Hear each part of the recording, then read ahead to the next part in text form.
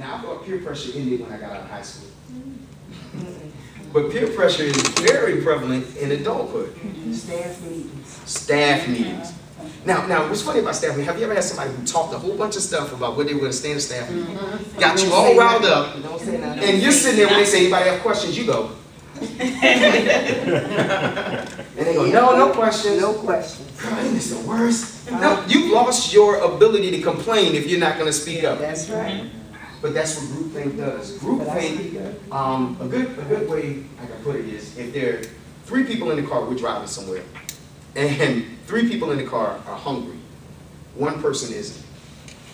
What do you think is going to happen at the next exit? You're going to get something to eat. And what the person does that's not really hungry, they say, well, all right, I guess I'll get something. Because it's powerful, because people tend to superimpose their desires on us in the group. Say, isn't that right?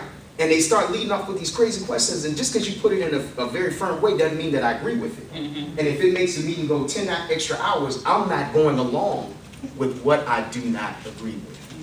So that's the first thing. Success puts you out of that herd. Number 2, success exposes publicly your strengths and your critics. Oh, yes. This is very important. Success not only exposes your strengths, but success will expose your critics. Now, Keith Ferrazzi wrote a book called Never Eat Alone. And he talked about the power of networking. Then his follow-up book was Who's Got Your Back? And in that book, he talks about people. He said that criticism or feedback is a gift, no matter who brings it.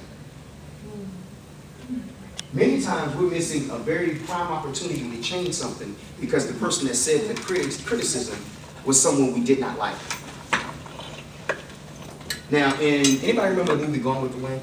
Yeah. Okay. What's the famous line from Gone with the Wind?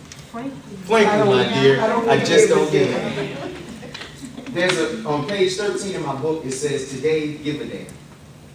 When people give you feedback, when people give, even if it's called criticism, there is something in you that has to say, you know what, they're saying it ultimately because they care.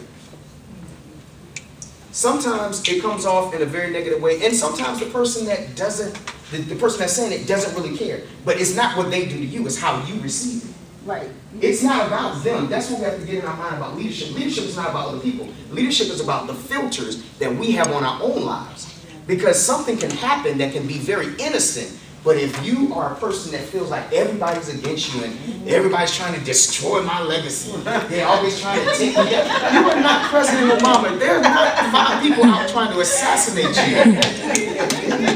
So please, let's move on from that. You know, if everybody's against you, then you really should evaluate something, because everywhere you go, the girl in Peace Summit is against you. The girl in the shoe store, you got some fears going on. So it's not about them. It's about you can't hurt me unless I let you. You can't make me have a bad day. My filters are so high that when the negativity comes, I filter it, and by the time I get it, I see the positive in it.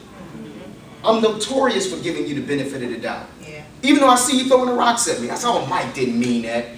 He must be trying to hit the person behind me. He wouldn't throw rocks at me. I wouldn't miss. I wouldn't be saying that. I have the out of my head,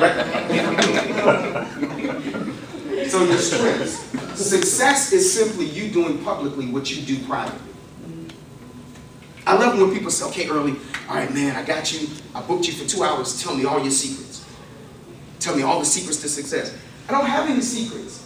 It's just work hard, mind your business, and while your competition is resting, you practice.